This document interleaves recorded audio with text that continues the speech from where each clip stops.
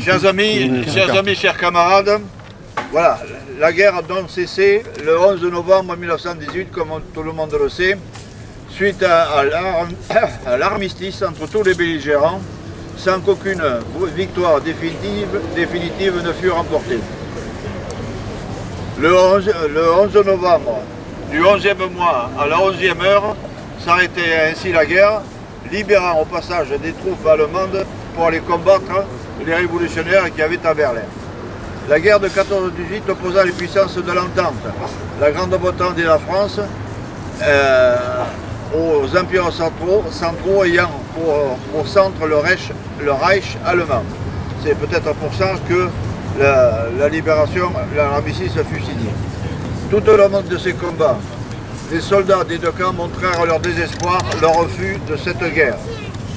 Les commandements français, devant la colère des soldats, pour masquer leurs responsabilités, ont convoqué des conseils de guerre qui provoquèrent 2500 condamnations de soldats à être fusillés pour l'exemple.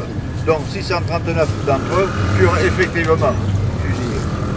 Aujourd'hui encore, l'ARAC, avec d'autres, exige la réhabilitation collective de tous ces fusillés, pour l'exemple, ce qui permettrait de les honorer sur les monuments aux morts de la guerre à 14-18 et de leur rendre hommage devant leur famille et leur pays, aux côtés de leurs camarades 1 400 000 tués dans le combat, sans oublier les 740 000 invalides et les 3 millions de blessés et les millions de veuves et d'orphelins. Henri Barbus, pour sa part, le premier président de l'ARAC et fondateur, avait dénoncé ce meurtre collectif dans son roman Le Feu, prix Goncourt, de décembre 2016.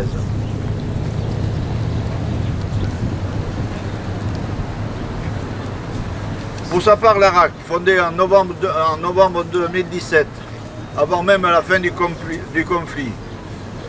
a exprimé son opposition à la guerre, la défense des valeurs républicaines, sa volonté de mener un combat conséquent contre le fascisme pour instaurer une paix durable, une vie sociale plus juste et une vie démocratique dans le pays. Et je crois que ces mots d'ordre sont aussi valables aujourd'hui qu'hier. Pour l'ARAC, commémorer le 11 novembre, c'est d'abord agir pour la paix, agir pour que cessent les conflits, agir pour que chaque enfant, chaque femme, chaque homme, chaque famille dispose des moyens de vivre dans une paix durable.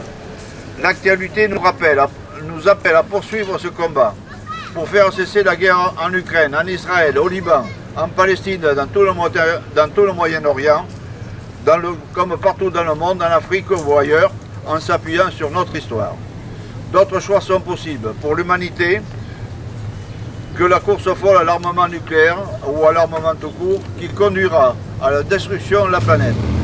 Cela nécessite notre engagement, l'engagement du plus grand nombre pour dénoncer les causes des guerres et faire preuve de détermination pour léguer aux générations futures un monde de paix. Ce monde de paix que Jaurès n'a plus cesse d'appeler, et nous sommes ici place Jean Jaurès donc, et vous savez le destin tragique qui l'a concerné.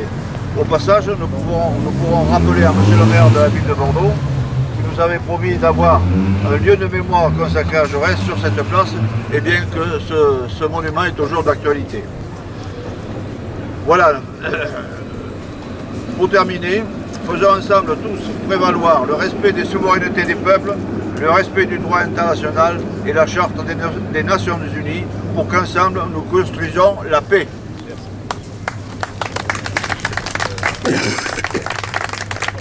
Alain Charrier pour la Ligue des droits de l'homme.